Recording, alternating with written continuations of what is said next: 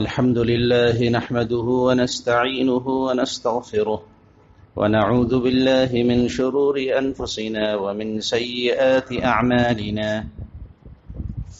من يهده الله فلا مضل له ومن يضلل فلا هادي له وأشهد أن لا إله إلا الله وحده لا شريك له وأشهد أن سيدنا ومولانا محمدا عبده ورسوله أما بعد فأعوذ بالله من الشيطان الرجيم بسم الله الرحمن الرحيم من عمل صالحا من ذكر أو أنثى وهو مؤمن فلنحيينه حياة طيبة ولنجزينهم أجرهم بأحسن ما كانوا يعملون وقال تعالى ومن أعرض عن ذكري فإن له معيشة ضنكا ونحشره يوم القيامة أعمى قال رب لم حشرتني أعمى وقد كنت بصيرا قال كذلك أتتك آياتنا فنسيتها وكذلك اليوم تنسى وقال النبي صلى الله عليه وسلم ستكون في أمتي فتن كقطع الليل المظلم يصبح الرجل مؤمنا ويمسي كافرا أو قال يمسي مؤمنا ويصبح كافرا يبيع دينه بعرض من الدنيا أو كما قال عليه الصلاة والسلام صدق الله مولانا العظيم وصدق رسوله النبي الكريم ونحن على ذلك لمن الشاهدين والشاكرين والحمد لله رب العالمين رب اشرح لي صدري ويسر لي أمري واحلل عقدة من لساني يفقه قولي رب اشرح لي صدري ويسر لي أمري واحلل عقدة من لساني يفقه قولي رب اشرح لي صدري ويسر لي أمري واحلل عقدة من لساني يفقه قولي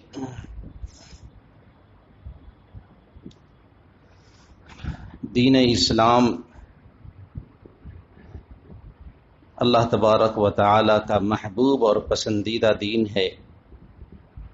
قرآن نے خود کہا ہے ان الدین عند اللہ الاسلام کہ اللہ کے نزدیک دین جو معتبر ہے وہ دین اسلام معتبر ہے۔ اس کے علاوہ جتنے بھی ادیان اس دنیا میں آج پیش کیے جاتے ہیں جو شخصیات کی طرف منسوب ہیں وہ سب کے سب غیر معتبر ہیں۔ ہو سکتا ہے کہ یہ ادیان کچھ تو سماوی ہوں اور کچھ بنائے گئے ہوں۔ کچھ کا سماوی ہونا تو خود قرآن کریم نے صراحت کی ہے کہ یہ اللہ کی طرف سے بھیجا گیا، لیکن لوگوں نے اس میں تحریف کر دی، اس میں تبدیلی کر دی، اس کی وجہ سے وہ اصلی طور پر محفوظ نہیں رہا۔ اس کا مطلب یہ ہے کہ شریعتیں اور عمل کے اعتبار سے تو اختلافات رہے ہیں، لیکن جو دین کا مرکزی اور بنیادی مفہوم ہے اور جو مطلوب ہے وہ مطلوب ہمیشہ سے ایک ہی رہا ہے۔ حضرت آدم سے لے کر کے جناب محمد الرسول اللہ صلی اللہ علیہ وسلم تک تمام انبیاء علیہم الصلاۃ والسلام کا دین ایک ہے۔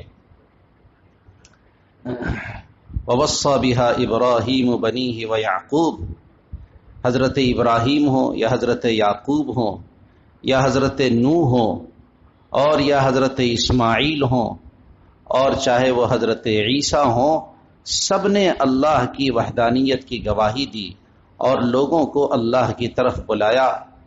دنیا پرستی، شخصیت پرستی اور شرک، کفر اور ہر وہ چیز جو خدا بیزاری سکھائے، دہریت کی طرف لے جائے، ان چیزوں سے ان انبیاء علیہم الصلاۃ والسلام نے روکا۔ تو مشترک طور پر سب کا دین ایک تھا، یعنی جس میں وحدانیت کا تصور ہے، جس میں رسالت کا تصور ہے، جس میں آخرت کا تصور ہے، جس میں حساب و کتاب کا تصور ہے، یہ سارا کا سارا ہر دین میں موجود تھا. عمل کے اعتبار سے، مزاج و مذاق کے اعتبار سے، قبیلوں کے اعتبار سے الگ الگ عمل دیا گیا، وہ بات الگ ہے، لیکن دین اسلام جسے کہتے ہیں وہ سب میں مشترک تھا. اور وہی دین ہوتے ہوتے انبیاء علیہم الصلاۃ والسلام سے آتے آتے اخیر میں جناب محمد الرسول اللہ صلی اللہ علیہ وسلم تک پہنچا، کہ جس میں وحدانیت بھی ہے، رسالت بھی ہے، اور وہ ساری چیزیں ہیں جو دوسرے انبیاء علیہم الصلاۃ والسلام کے پاس تھیں اور جو پیغام لے کر کے آئے تھے. اور اس کے علاوہ بھی عمل کرنے کا سارا ڈھنگ اور سارا طریقہ اس دین میں موجود ہے. ان شریعتوں میں بھی موجود تھا، لیکن اس کو وہ محفوظ نہیں رکھ سکے، حتیٰ کہ آج وہ یہ بھی محفوظ نہیں رکھ سکے کہ ان کے انبیاء کی قبریں کہاں ہیں، اور ان انبیاء علیہم السلام کی پرورش و پرداخت کس طرح سے ہوئی. مختصر سی باتیں ملیں گی، اور آگے چل کر کے وہ پھر کچھ آگے نہیں بول پاتے ہیں. یعنی ساری سیرت کہ جن کو دیکھ کر کے آدمی چلے اور جن کی رہنمائی میں آدمی اللہ کو پائے، کہ اللہ اور بندوں کے درمیان جو واسطہ ہوتا ہے وہ نبی ہوتا ہے، وہ رسول ہوتا ہے. تو اس واسطے کو انہوں نے محفوظ نہیں رکھا. لہذا جتنے بھی ادیان ہیں جو اس زمانے میں موجود ہیں، وہ سب کے سب محرف ہیں، یعنی تحریف شدہ ہیں، اور ان میں تبدیلی پیدا کر دی گئی ہے، سوائے دین اسلام کے، کہ ایک دین اسلام ہے جو تحریف سے اور تبدیلی سے ہر حال میں پاک ہے. قرآن کریم اپنی اصلی شکل میں موجود ہے. احادیث رسول، ایک تو یہ ہے کہ امت میں پورا دین تواتر کے ساتھ منتقل ہوا ہے، یعنی آپ صلی اللہ علیہ وسلم نے صحابہ کو بتایا، صحابہ نے تابعین کو بتایا، تابعین نے تبع تابعین کو بتایا، اور بعد کے زمانے میں مختلف ادوار میں یہ سلسلہ چلتا رہا، یہاں تک کہ دین ہم تک پہنچا، اور اصلی صورت میں بالکل محفوظ ہے. تو صحیح یہی ہے کہ دین ہم تک تعامل کے ساتھ پہنچا ہے، اور اس کے ساتھ ساتھ سندی طور پر بھی ہمارا دین محفوظ ہے، یعنی کتابوں میں وہ سند کے ساتھ بھی ہمارا دین موجود ہے کہ کس سند سے کون سی بات ہم تک پہنچی ہے. تو اللہ تبارک و تعالی نے خود اس دین کی اور اس کتاب کی حفاظت کی ذمہ داری لی ہے، اور اس وجہ سے آج تک یہ دین محفوظ چلا آتا ہے. اور تب سے لے کر کے آج تک قرآن کے بھی حفاظ پائے جاتے رہے ہیں، اور حدیث کے حفاظ بھی پائے جاتے رہے تھے پہلے، اور اب بھی جو احکام کی روایتیں ہیں اور دوسری بہت ساری روایات ہیں ان کے حافظ آج بھی پائے جاتے ہیں، اور کتابی شکل میں ہمارے پاس حدیث شریف کا ذخیرہ موجود ہے. اس قرآن کریم نے اسی کو بیان کیا، الیوم اکملت لکم دینکم واتممت علیکم نعمتی ورضیت لکم الاسلام دینا، کہ آج کا دن ہے کہ ہم نے تمہارا دین مکمل کر دیا. واتممت علیکم نعمتی، اور میں نے اپنی نعمت تم پر مکمل کر دی، پوری کر دی، تام کر دی. ورضیت لکم الاسلام دینا، اور اسلام کو دین کے اعتبار سے تمہارے لیے پسند کر لیا، اور ہم اس سے راضی ہو گئے. تو یہ لا شک ہے، لا ریب ہے، اس میں کسی طرح کا کوئی شبہ نہیں ہے کہ یہ دین کامل و مکمل ہے، اور اس میں کسی طرح کی کمی یا اس میں کسی طرح کا اضافہ نہ پہلے کیا جا سکا، اور نہ اب اس میں کسی طرح کی کوئی گنجائش ہے. اللہ تبارک و تعالی نے جب جب فتنے آئے تو ان فتنوں کے تدارک کے لیے اور ان فتنوں کی سرکوبی کے لیے اور اس فتنے سے، ان فتنوں سے اس دین کی حفاظت کے لیے اللہ نے اسی طرح کا انتظام کیا. امت میں اللہ نے صحابہ کرام رضوان اللہ علیہم اجمعین کے دور میں دین کی نشر و اشاعت کا کام لیا ہے. خصوصاً خلفائے راشدین کی دور میں اللہ نے دین کی اشاعت اور دین کے پھیلاؤ کا زبردست کام لیا. گویا اللہ نے دین کو استحکام بخشا ہے خلفائے راشدین کے دور میں. بعد کے دور میں پھر محدثین آئے، فقہاء آئے، انہوں نے اپنے طور پر محنت کی اور اس دین کو لکھ کر کے امت کے سامنے پیش کر دیا سندی طور پر. تو محدثین آئے جنہوں نے نبی علیہ الصلاۃ والسلام کے ایک ایک فرمان کو محفوظ کر دیا، عمل کے اعتبار سے، اخلاق کے اعتبار سے اور اوصاف کے اعتبار سے جو روایتیں تھیں ان روایتوں کو ان محدثین نے جمع کر دیا. فقہائے کرام آئے، انہوں نے اپنے طور پر کام کیا اور قرآن و سنت سے پیش آمدہ مسائل کو انہوں نے حل کیا کہ جو بعد میں حالات پیش آئے تو قرآن و سنت میں اس کا کیا جواب ہے اور استنباط کا کیا طریقہ ہے اور اس سے سمجھنے کا کیا انداز اور اسلوب ہے، اس کو فقہائے کرام نے مرتب کیا.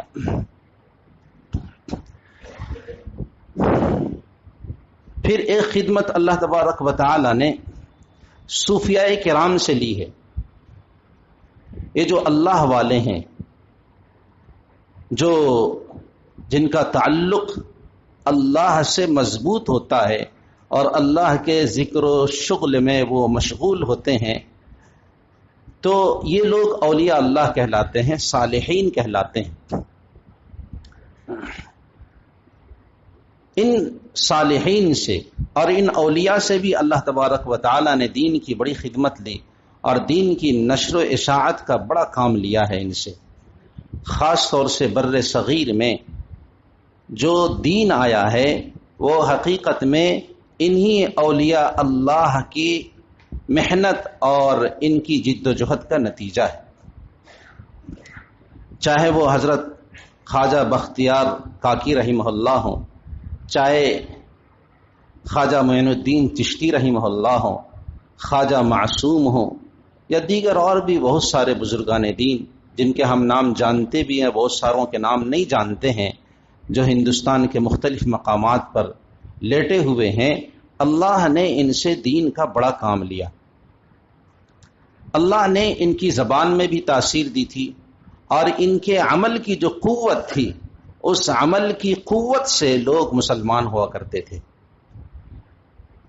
بعضوں کو اللہ نے کرامتیں بھی عطا فرمائی تھی، ان چیزوں کو دیکھ کر کے بھی لوگ مسلمان ہوئے، اور جو مسلمان تھے انہوں نے اپنی گناہ والی زندگی سے توبہ کی اور اللہ تبارک و تعالیٰ نے ان حضرات سے بڑا کام لیا. پھر یہ ہوا کہ ہندوستان میں جو بادشاہ آئے، بادشاہوں سے باقاعدہ دین نہیں پھیلا، اور بادشاہوں نے اس سلسلے میں حکومت کی سطح پر اور حکمرانی کے زور سے انہوں نے دین پھیلانے کی کوشش کی ہو، اس طرح کی کوئی مثال نہیں ملتی. بلکہ ان حضرات نے صرف حکومت و سلطنت کو اپنا مطمح نظر بنایا اور رواداری سے اور آپس کی بھائی چارگی سے انہوں نے کوشش کی کہ ہماری حکومت برقرار رہے. اور یہ جو بڑے بڑے بادشاہ گزرے ہیں، یہ سب کے سب کسی نہ کسی اللہ والے سے جڑے ہوئے تھے. محمود غزنوی کے بارے میں آتا ہے کہ محمود غزنوی ایک متدین قسم کا بادشاہ تھا، علماء اور صلحاء کا قدرداں تھا. اس زمانے میں ابو الحسن رحمہ اللہ تھے، تو ان کی خانقاہ میں ایک مرتبہ یہ پہنچا. تو یہ اللہ والے بھی بڑے عجیب ہوتے تھے، ان کو دنیا سے اور دنیا کی چیزوں سے رغبت نہیں ہوتی تھی، حتیٰ کہ دنیا داروں سے بھی رغبت نہیں ہوتی تھی. بس ان کو ایک سوکھی روٹی مل جاوے اور بس یہ اسی پر اکتفا کرتے تھے، اور اللہ کی دین کی خدمت میں یہ حضرات لگے رہتے تھے، بندوں کو نفع پہنچانے کی کوشش کرتے تھے. ایک واقعہ لکھا ہے کہ ابو الحسن رحمہ اللہ کے بال بڑھے ہوئے تھے. اب اس زمانے میں شیمپو وغیرہ صابن وغیرہ کا تو چلن نہیں تھا، تو حضرت کے سر میں کچھ جوئیں ہو گئی تھی. تو ایک مرید سے کہا کہ بھائی میرے سر میں کھجلی ہو رہی ہے، دیکھو تو ذرا سا جوئیں تو نہیں ہو گئی. تو ایک مرید نے ان کی جوئیں دیکھنا شروع کیا. اتنے میں معلوم ہوا کہ محمود غزنوی ملاقات کے لیے آ رہا ہے. تو ایک مرید بھاگ کر کے آیا، ایک شاگرد تھا وہاں خانقاہ میں، وہ بھاگ کر کے آیا کہ حضرت بادشاہ وقت آ رہا ہے. حضرت ہوتا ہے نا کہ گھبراہٹ کے عالم میں آدمی بولتا ہے کہ بادشاہ وقت آ رہا ہے. کہا کہ بھائی اوہو، میں سمجھا کہ تم کو کوئی بڑی جوئی مل گئی ہے. یعنی بادشاہ وقت آ رہا ہے، لیکن اس طرف التفات نہیں ہے کہ بادشاہ وقت ہے تو اس کا استقبال کیا جائے اور او بھگت ہو اور اس کے سامنے جھکا جائے اور اس سے کچھ مانگا جائے اور کوئی فریاد کی جائے. اس طرح کا کوئی ذہن نہیں، بلکہ یہ حضرات مست تھے. اس کے بعد بادشاہ محمود آ گیا اور وہ اپنے کام میں لگے ہوئے، مرید اپنے کام میں لگا ہوا ہے، شیخ اپنے کام میں لگے ہوئے. اس نے بات کی، کافی دیر تک بات چیت ہوئی اور اس نے دعا کے لیے کہا. تو حضرت نے دعا کر دی اور ایک جبہ عنایت فرمایا کہ یہ جبہ لے کر کے چلے جاؤ اور تم آگے کی کارروائی کرنا. تو یہ جو بادشاہ ہوتے تھے یہ اللہ والوں سے جڑے رہتے تھے. شمس الدین التمش ہندوستان کا ایک بادشاہ گزرا ہے، خواجہ بختیار کاکی رحمہ اللہ. ان سے مغل بادشاہ سب کے سب جڑے ہوئے تھے. تو یہ شمس الدین التمش بھی انہی کا مرید تھا اور بڑا نیک بادشاہ گزرا ہے. اور ایسا اللہ والا گزرا ہے کہ آج بڑے سے بڑا متقی بھی اس طرح کا پرہیزگار ہو یہ کہنا مشکل ہے کہ جس نے کسی محرم پر شہوت کی نگاہ نہ ڈالی ہو اور جس کے تہجد کی نماز کبھی قضا نہ ہوئی ہو اور جس کی عصر کی سنت کبھی غائب نہ ہوئی ہو اور جس نے کبھی فرض نماز کو تکبیر اولیٰ کے بغیر پڑھا ہو. ایسا کوئی شخص مل جاوے بہت مشکل ہے اس زمانے میں. تو اس زمانے کا بادشاہ اس طرح کا پابند تھا اور یہ سب کے سب بزرگوں کی صحبت تھی کہ بزرگوں کی صحبت کی وجہ سے اللہ تبارک و تعالی نے ان حضرات میں یہ ذوق عبادت عطا فرمایا تھا کہ اس وقت کا بادشاہ بھی ایسا ہوا کرتا تھا. اورنگزیب عالمگیر یہ خواجہ معصوم صاحب سے لگے ہوئے تھے اور خواجہ معصوم جو ایک بزرگ گزرے ہیں شیخ احمد سرہندی رحمہ اللہ کے صاحبزادے، تو ان سے انہوں نے تربیت حاصل کی ہے. تو یہ بادشاہ وقت جتنے بھی گزرے ہیں شاہان وقت، ان کا تعلق بہرحال بڑے لوگوں سے اور بزرگوں سے رہا ہے. بیچ میں ایک اکبر بادشاہ گزرا ہے کہ ان کے بارے میں کتابوں میں لکھا ہے کہ شروع میں یہ بڑا عقیدت مند تھا اور اس کا رجحان اسلام کی طرف بہت زیادہ تھا اور اسلام کا پابند تھا، روزے نماز کا پابند تھا، علماء سے یہ محبت کرتا تھا، دین اسلام سے محبت کرتا تھا. لیکن کچھ جو غلط قسم کے لوگ ہوتے ہیں جو دھیرے دھیرے اندر آ جاتے ہیں اور پھر وہ اپنا کام کرتے ہیں، تو ایسے ہی کچھ لوگ تھے جو مولوی کی شکل میں تھے، جنہیں آپ علماء سو کی فہرست میں داخل کریں گے، جن کو درباری ملا کہا جاتا ہے کہ دربار جو کہے اس کے حساب سے یہ فتویٰ دیتے ہیں اور اسی کے حساب سے یہ لوگ کام کرتے ہیں. بادشاہ کو خوش کرنے کے لیے دین میں تحریف، تبدیلی اور کوئی نئی بات اس طریقے سے بیان کرنا یا بادشاہ کو جو جی چاہ رہا ہے، جو اس کی خواہش ہے، اس کے مطابق یہ فتویٰ دینا کہ ہاں یہ تو دین اسلام میں درست ہے. ظاہر ہے کہ انسان کی نفسیات ہیں، کہیں نہ کہیں انسان یہ سمجھے گا کہ بھئی دین ہمارے تابع ہے یا ہم دین کے تابع. تو بہرحال ایسا ہی اکبر کو بھی کھٹکا ہوا، لیکن وہ کچھ ایسا ماحول تھا کہ جس کی وجہ سے اب اکبر گمراہ ہو گیا. اور پھر وہی علماء جن کو یہ اپنے قریب رکھا کرتا تھا اپنے سے دور کیا اس نے، اور اس نے ایک نیا دین مرتب کیا کہ جس میں تمام ادیان کی گنجائش تھی، جس میں سورج کی پرستش بھی تھی، جس میں اور بھی چیزیں تھی. زیادہ تر اس نے ہندوؤں کے مذہب سے اخذ کیا تھا اور اس نے اسے دین الہی کا نام دیا تھا. اور اس وقت کے وہاں جو درباری لوگ تھے، جو مولانا صاحب کہلاتے تھے، جو درباری لوگ تھے، انہوں نے سجدہ تعظیمی کو جائز قرار دیا تھا اور اس کی وجہ سے اکبر بادشاہ نے سجدہ تعظیمی کو اپنے لیے لازم کیا تھا کہ جو کوئی بھی بادشاہ کے سامنے آئے تو سجدہ تعظیمی بجا لائے. حالانکہ ہماری شریعت میں سجدہ تعظیمی حرام ہے.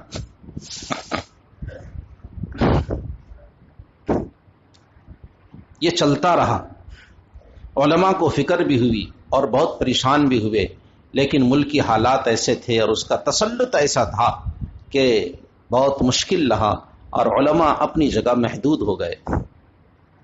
لیکن ایک صاحب دل انسان تھے، شیخ احمد سرہندی رحمہ اللہ مجدد الفسانی جنہیں کہا جاتا ہے. انہوں نے اس سلسلے میں اپنی محنت جاری رکھی اور ان کے مریدین بہت زیادہ تھے، اور بادشاہ کے دربار میں بھی اور بادشاہ کی فوج میں بھی اور بادشاہ کے عملہ میں بھی ان کے مریدین تھے. ان کے تقوی اور ان کی للہیت کی برکت سے اللہ تبارک و تعالی نے انہیں یہ توفیق دی تھی کہ ان کے مریدین کی تعداد ان لوگوں میں موجود تھی. جہانگیر کے دربار میں ان کو لایا گیا تو یہ سجدہ تعظیمی بجا نہیں لائے. اکبر کا دور ختم ہو گیا تھا اور جہانگیر بھی اسی کی ڈگر پر چل رہا تھا، اکبر ہی کی ڈگر پر چل رہا تھا، وہ بدلا نہیں تھا. اس پاداش میں مجدد الفسانی کو قید کر دیا گیا، گوالیار کے قلعے میں قید رہے. پھر جب جہانگیر کو یہ معلوم ہوا کہ ان کے مریدین تو بہت زیادہ ہیں، پتہ نہیں کچھ ہنگامہ بھی ہو سکتا ہے، تو اس نے یہ حکم دیا کہ یہ ہمارے ساتھ لشکر میں رہیں گے، جہاں ہم جائیں گے یہ بھی ہمارے لشکر میں ساتھ رہیں گے کہ کہیں کوئی فتنہ نہ ہو اور حکومت کے خلاف کوئی سازش نہ کریں. 2 سال تک ان کے لشکر میں رہے. لیکن بزرگ ہوتے ہیں، ولی اللہ ہوتا ہے، یہ جہاں کہیں بھی ہوتا ہے اپنا مشن جاری رکھتا ہے. چنانچہ تبلیغ، افہام و تفہیم، دین کی نشر و اشاعت اور للہیت، خلوص، خشیت، یہ سب چیزیں اور پیدا کرنا، جو ملاقات کے لیے آ رہے ہیں انہیں تبلیغ کرنا، انہیں سمجھانا، دین اسلام کی بات بتانا، یہ ساری چیزیں اور یہ سلسلہ جاری رہا. چنانچہ وہاں بھی لوگ ان کے ہمدرد پیدا ہو گئے، اور جو مخالفین تھے انہوں نے بھی ان کے اخلاق، عادات وغیرہ کو سمجھ کر کے یہ کہا کہ یہ ہمارے لیے خطرہ نہیں ہے، بلکہ بہت سارے لوگ ان کے مرید ہو گئے. اور بالآخر بادشاہ وقت کو یہ بات سمجھ آئی کہ یہ ہمارے لیے خطرہ نہیں ہے اور یہ حکومت کے خیر خواہی ہیں، خیر اندیش ہی ہیں. چنانچہ شیخ احمد سرہندی کو عزت کے ساتھ انہوں نے رہا کر دیا. اور پھر دھیرے دھیرے حکومت کے اندر بھی تبدیلی آئی، اور پھر جو چاہتے تھے پھر اسی طریقے سے ہوا. اور ہم دیکھتے ہیں کہ ہندوستان کی اسی سلطنت پر اورنگ زیب جیسا بادشاہ متمکن ہوا کہ جو متدین تھا، با اخلاق بھی تھا اور با علم بھی تھا، اس کے اندر صلاحیت بھی تھی، تقوی طہارت کا مالک تھا، حافظ قرآن تھا، حافظ حدیث تھا، اور اس کے اندر بہت ساری صفات تھی. اور تقوی تو ایسی بھری ہوئی تھی اس میں، ان کے اندر تقوی کا یہ عالم تھا کہ وہ بیت المال سے 1 روپے لینا اپنے لیے حرام سمجھتے تھے. ان کا جو گزر بسر تھا وہ اس طرح سے تھا کہ قرآن کریم کے نسخے لکھے اور اس کو فروخت کیا، اور اس سے جو پیسے ہوئے، جو آمدنی ہوئی، اس سے ان کے گھر کا خرچ چلتا تھا. اس طریقے سے ان حضرات نے زندگی بسر کی ہے. تو یہ جو اکبر کا فتنہ تھا، یہ تھا اندرونی فتنہ، جسے کہہ سکتے ہیں آپ داخلی فتنہ، کہ یہ مسلمانوں میں داخلی طور پر اس فتنے نے جنم لیا. اور ظاہر ہے الناس علی دین ملوکہم، کہ لوگ بادشاہ کے دین پر ہوتے ہیں. جب بادشاہ بدل جائے اور بادشاہ کا تدین ختم ہو جائے اور بادشاہ دوسری طرف اور دوسرے ادیان کی باتیں کرنے لگے اور اس کا ذہن خراب ہو جائے، تو پھر اکثر لوگ بھی بگڑ جاتے ہیں. ایسے ہی ذہن بن جاتا ہے. آج بھی آپ دوسرے ملکوں میں دیکھیں کہ جو اسلام کے رکھوالے کہلاتے ہیں، لیکن انہوں نے فحاشی اور عیاشی کے اڈے قائم کیے ہوئے ہیں. بڑے بڑے علماء اس ملک میں موجود ہیں لیکن زبان نہیں کھول سکتے، اس لیے کہ زبان کھولیں گے تو پھر ان کے لیے خطرہ ہے اور مشکلات کا سامنا ہے. اس کا مطلب یہ ہے کہ وہ نہیں عن المنکر پر گویا کہ شرعن قادر نہیں، اس لیے وہ بیچارے چپ ہیں اور کڑتے ہیں، اور اس کے علاوہ کچھ نہیں کر سکتے ہیں. اشاروں میں، کنایوں میں بات کرتے ہیں. اگر تھوڑی سی صراحت ہوئی تو فوراً وہ نظر بند کر دیے جائیں گے، اور کہاں غائب کر دیے جائیں گے یہ بتانا مشکل ہے. تو یہ داخلی فتنہ ہے. آج بھی دوسرے ملکوں میں مسلمان اس فتنے سے پریشان ہیں اور کیسے اس کو ختم کیا جاوے اس سلسلے میں وہ سوچ رہے ہیں. تو یہ داخلی فتنہ تھا. اللہ تبارک و تعالی نے ہمارے بزرگوں کے دل میں بات ڈالی اور انہوں نے اس طرح سے محنت کی اندرونی طور پر کہ ان کے مریدین کی تعداد بڑھی، اور وہ مریدین ایسے ہوئے کہ جو درباری جو حضرات تھے ان تک ان کی مریدی پہنچی، اور حتیٰ کہ اس تخت پر ایسا شخص آیا جو متدین تھا، گویا اسی کے خاندان میں ایسا شخص پیدا ہوا جو دین کا رکھوالا بنا. تو یہ ایک بہت بڑی محنت تھی جو اس ہندوستان میں ہوئی ہے. تو اس داخلی فتنے کا قلع قمع ہو گیا کچھ سالوں میں ہی، زیادہ دن یہ فتنہ نہیں ٹھہر سکا. اس کے بعد چلتا رہا، پھر ایک خارجی فتنہ آیا انگریز کی شکل میں. ہندوستان میں جو دوسرا فتنہ آیا ہے جسے آپ خارجی فتنہ کہیں گے، وہ انگریز کی شکل میں آیا. انگریز نے کیا کیا؟ اس نے جو حکومت لی تھی وہ مسلمانوں سے لی تھی، غیروں سے نہیں لی تھی، مسلمانوں سے لی تھی. اب جس سے حکومت لی تھی اس نے خطرہ اسی سے اس کو تھا، تو اس نے اپنا مشن یہ بنایا کہ مسلمانوں کو، ظاہر ہے کہ اتنی بڑی تعداد کو تو ختم نہیں کیا جا سکتا ہے، تو مسلمانوں کے اسلام کو ختم کرو. مسلمانوں کے اسلام کو ختم کرنے کی کوشش اس نے کی. چنانچہ اس سلسلے میں اس نے کافی کارروائیاں کی.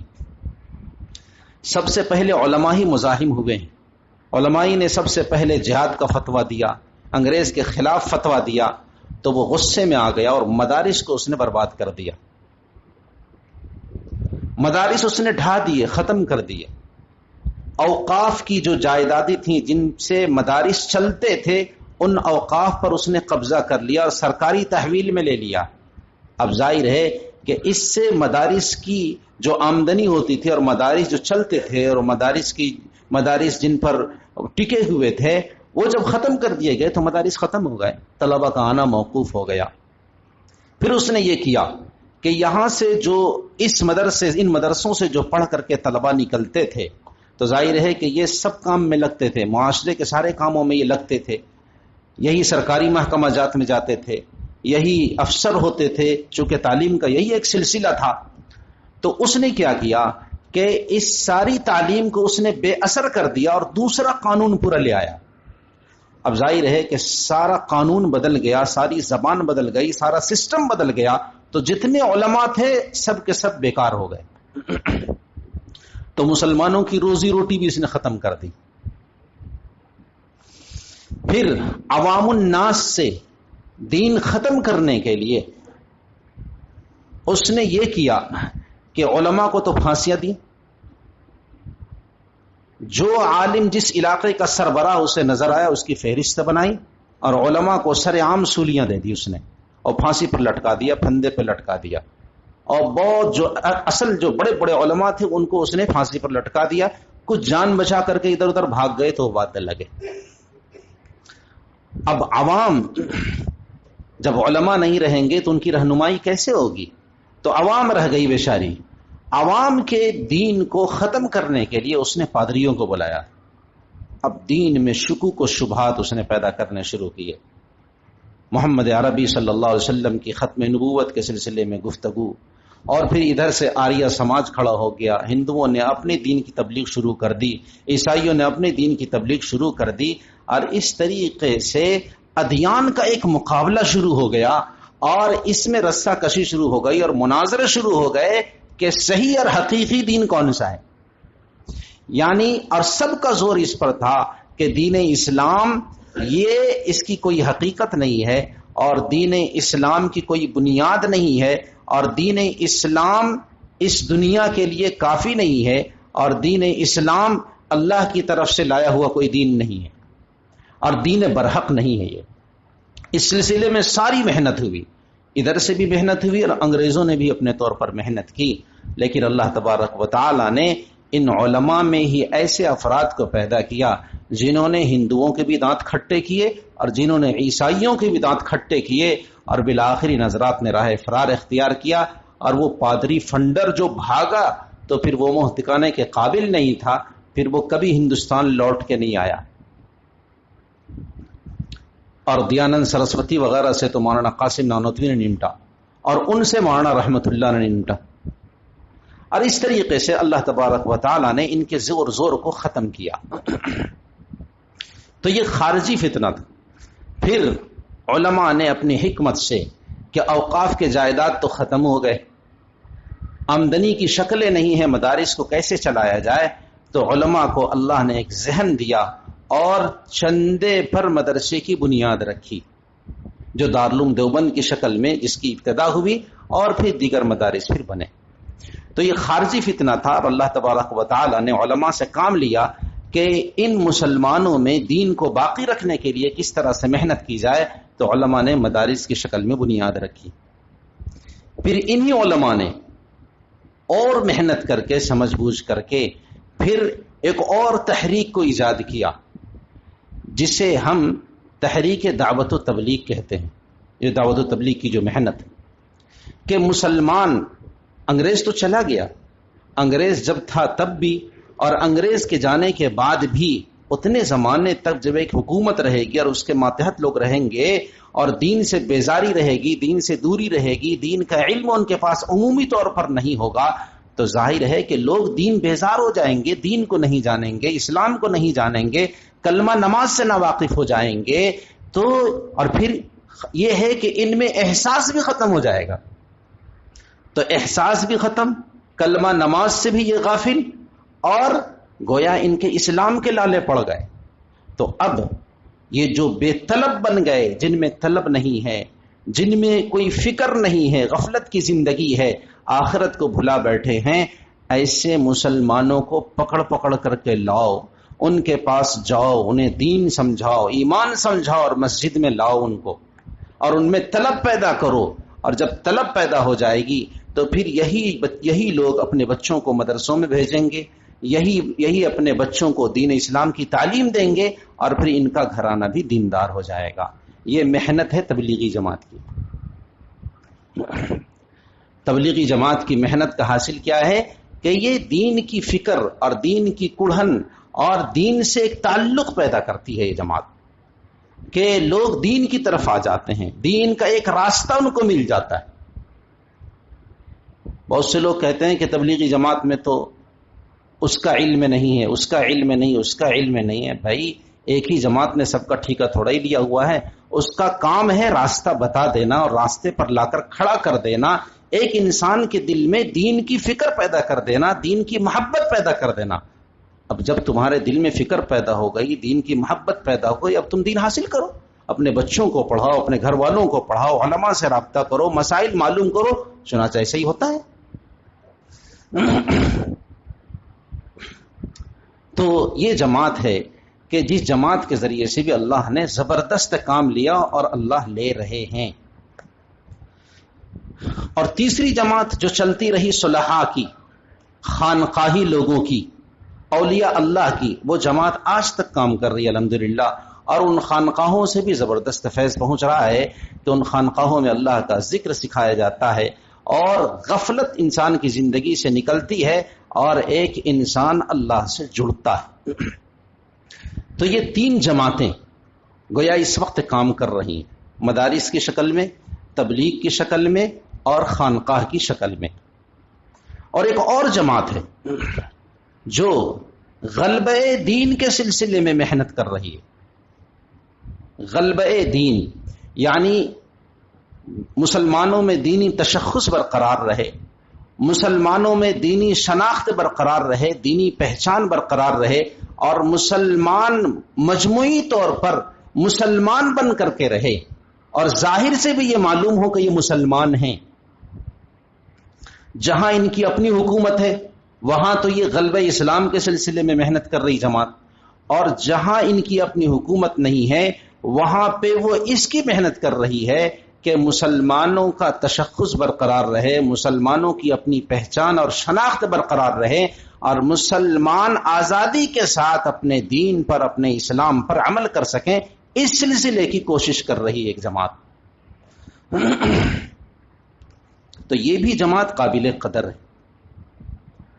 اس سلسلے میں کہا جا سکتا ہے کہ مسلم پرسنل اللہ بورڈ کی شکل میں ہے ہندوستان میں، ہم ہندوستان کی سطح پر گفتگو کر رہے ہیں، امارت شریعہ کی شکل میں، جمعیت علماء ہند کی شکل میں ہیں، اور بھی یہ سب بڑی بڑی تنظیمیں ہیں جو اس سلسلے میں کوشاں ہیں اور محنت ہیں کہ حکومت کی طرف سے کوئی ایسی بات نہ آئے، کسی اور کی طرف سے کوئی ایسی بات نہ آئے کہ جس سے مسلمانوں کی پہچان اور شناخت پر کوئی فرق پڑے اور بعد میں چل کر کے اس کا کوئی بڑا اثر ظاہر ہو۔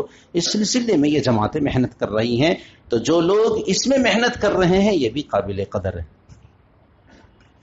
اور یہ سب فتنوں کی سرکوبی ہے کہ اللہ تبارک و تعالی نے ہر جگہ ان علماء سے کام لیا ہے کہ یہ جماعت بندی کر کے اور ہر جگہ اپنے اپنے طور پر یہ محنت کر رہے ہیں۔ لہذا یہ جتنی جماعتیں ہیں اور دین کے لیے کام کر رہی ہیں جماعتیں، یہ سب آپس میں ایک دوسرے کی رفیق ہیں، دوست ہیں، ایک دوسرے کی معاون ہیں، فریق نہیں ہیں کہ مدرسے والے تبلیغ والوں کو نہیں دیکھنا چاہتے، تبلیغ والے مدرسے والوں کو نہیں دیکھنا چاہتے، خانقاہ والے تبلیغ والوں کو نہیں دیکھنا چاہتے، ایسا نہیں، یہ سب آپس میں معاون اور مددگار ہیں، اور اسی طرح کی محنت چل رہی ہے اور اسی طرح سے کام ہو رہا ہے الحمدللہ آج تک۔ تو اسی تصور کے ساتھ جب تک محنت چلتی رہے گی تو انشاءاللہ ہندوستان میں مسلمان اسی تشخص کے ساتھ جس طریقے سے یہ حضرات رہ رہے ہیں رہتے رہیں گے۔ اب اس زمانے کا ایک اور فتنہ جو آیا ہوا ہے، وقت ختم ہو گیا ہے لیکن میں مختصر کر کے بتاتا ہوں، ایک اور فتنہ ہے اس زمانے کا، ایک تو داخلی فتنہ تھا، دوسرا خارجی فتنہ تھا، ایک اس زمانے کا فتنہ ہے جسے ہم کہہ سکتے ہیں عالمی فتنہ ہے، وہ ہے ہمارے ہاتھوں میں موبائل، انٹرنیٹ، ایک عالمی فتنہ ہے، عالمی وبا ہے۔ اب مسلمانوں کی حالت یہ ہے کہ مسلمان علماء سے جڑنے کے بجائے، مدارس سے، تبلیغ سے، صلحاء اور اولیاء سے جڑنے کے بجائے مسلمان اب نیٹ سے جڑا ہوا ہے، انٹرنیٹ سے، یعنی نیٹ مطلب جال میں وہ پھنس گیا اس کے۔ ایک تو اس میں بے حیائی اور فحش وغیرہ یہ تو ہے ہی ہے، اس کی وجہ سے زندگیاں خراب ہو رہی ہیں، لیکن اس کے ساتھ ساتھ خطرناکی یہ ہے کہ ایک مسلمان اپنے دین سے بھی ہاتھ دھو بیٹھ رہا ہے۔ آپ نیٹ کھولیں، یہ قرآن اصلی ہے یا نہیں اس موضوع پر گفتگو چل رہی، قرآن محرف ہے، یہ قرآن وہ نہیں ہے جو قرآن نبی نے مرتب کیا تھا، لو بھائی یہ حدیث وہ ہے ہی نہیں، بعد میں لوگوں نے لکھا ہے۔ یعنی اسلام کی جو بنیادی چیزیں ہیں، خلفائے راشدین ہو گئے اور بھی جو ہیں، ان چیزوں پر گفتگو شروع ہو گئی۔ آپس کے جو یہ فروعی مسائل ہیں ان مسائل پر ڈسکس کر رہے ہیں، وہاں پہ کوئی انجینئر صاحب بیٹھے ہوئے ہیں، کوئی بیرسٹر صاحب بیٹھے ہوئے ہیں، کوئی اپنے آپ کو مفتی صاحب کہہ رہے ہیں وہ بیٹھے ہوئے ہیں، کوئی داڑھی کاٹ کے بیٹھے ہوئے ہیں، کوئی ٹائی لگا کر کے بیٹھے ہوئے ہیں، کوئی پگڑی لگا کے بیٹھے ہوئے ہیں، اور ہم نے انہی کو اپنا رہبر و رہنما سمجھا ہوا ہے اور اسی کے مطابق ہم چل رہے ہیں کہ وہ تو نیٹ میں فلاں صاحب ایسا بول رہے تھے۔ تو یہ ایک عالمی فتنہ کی شکل اختیار کر گیا ہے، تو جسے اللہ محفوظ رکھے صرف وہی محفوظ رہ سکتا ہے۔ لیکن آخری بات یہ ہے کہ ہر آدمی کو چاہیے کہ جس پر اعتماد ہے، جس عالم پر، اس عالم سے جڑ کر کے رہے، اس کے ایمان کا تحفظ اسی میں ہے بس۔ جس عالم پر اعتماد ہے، جس کے تدین پر اعتماد ہے، جس کے علم پر اعتماد ہے، جس کی سند پر اعتماد ہے، اس عالم سے جڑ کر کے رہے تو اس کا دین محفوظ رہے گا۔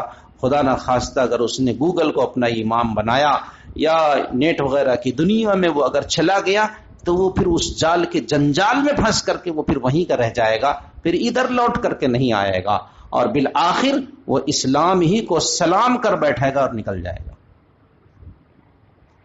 لا دینیت، دہریت، الحاد، خدا بیزاری اور اباحیت، یہ ساری چیزیں اس کے ذریعے سے آئیں گی، اور بالآخر اس کے اندر آزاد خیالی آئے گی، اور جب آزاد خیالی آئے گی تو دھیرے دھیرے وہ اس عمل کو کرے گا، پھر اس کو بھی ضروری نہیں سمجھے گا، پھر اس کو بھی ضروری نہیں سمجھے گا کہ ایک شخص سے شروع میں کیا کرتا ہے، نوافل کو چھوڑتا ہے، پھر اس کے بعد سنن کو چھوڑتا ہے، پھر واجب کو چھوڑتا ہے، پھر فرض سے ہاتھ دھو بیٹھتا ہے اور مسجد سے نکل جاتا ہے۔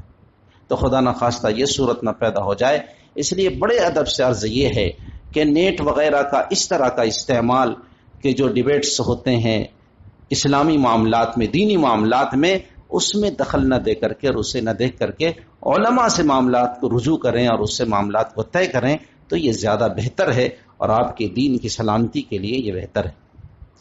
اور ایک آخری بات یہ عرض کرنی ہے کہ پہلے بھی آپ حضرات کو متنبہ کیا جا چکا ہے کہ یونیفارم یکساں سول کوڈ کے سلسلے میں جو رائے مانگی گئی ہے اس کی شاید آج آخری تاریخ ہے، تو جمعہ کے بعد کچھ احباب یہاں بیٹھ جائیں گے گیٹ پہ، تو جن کو اور جو حضرات رہ گئے ہیں تو وہ حضرات اپنے طور پر سیکھ کر کے اور اس رائے کو پہنچانے کی کوشش کریں۔ افسوس کی بات یہ ہے کہ جو اطلاع ہے وہ یہ ہے کہ بنگال سے صرف 4% لوگوں نے اپنی رائے دی ہے، اور بس پورے ملک سے رائے پہنچی ہے 46 لاکھ تقریباً، اب تو کچھ زیادہ ہو گیا ہوگا جو خبر تھی، لیکن بنگال سے جو رائے پہنچی وہ صرف 4% ہے۔ یہ ہماری بے حسی کا عالم ہے کہ ہم 1 منٹ اور 2 منٹ اپنا وقت نہیں نکال پا رہے ہیں، اور خود اپنا اور اپنے بچوں کا مستقبل پتہ نہیں کیا ہوگا۔ اللہ تبارک و تعالی ہماری مدد فرمائے۔ وآخر دعوانا الحمد للہ رب العالمین۔